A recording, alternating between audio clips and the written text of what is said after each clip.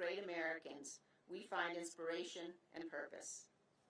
In May of 1864, after years of war and a string of reluctant Union generals, Ulysses S. Grant met General Lee's forces at the Battle of the Wilderness. In 2 days of heavy fighting, the Union suffered over 17,000 casualties.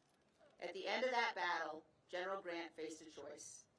Most assumed he would do what previous Union generals had done and retreat.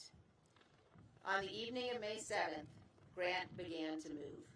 As the fires of the battle still smoldered, Grant rode to the head of the column. He rode to the intersection of Brock Road and Orange Plank Road.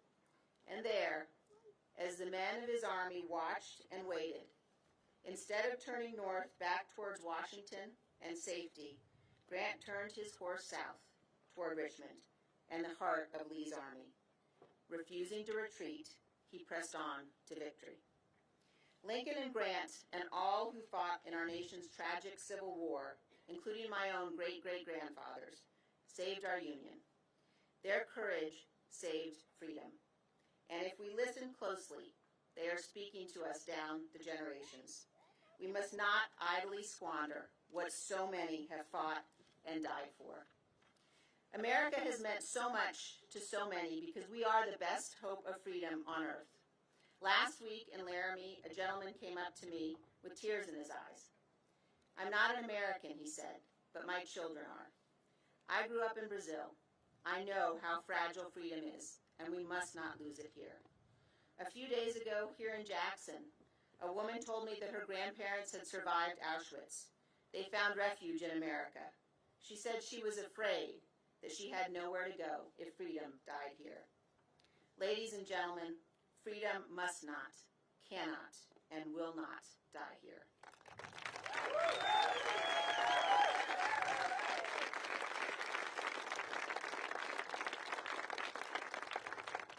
We must be very clear-eyed about the threat we face and about what is required to defeat it.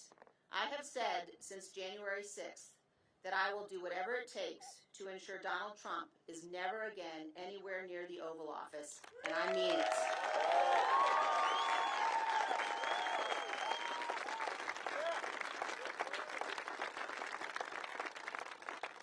This is a fight for all of us together. I'm a conservative Republican. I believe deeply in the principles and the ideals on which my party was founded. I love its history, and I love what our party has stood for. But I love my country more.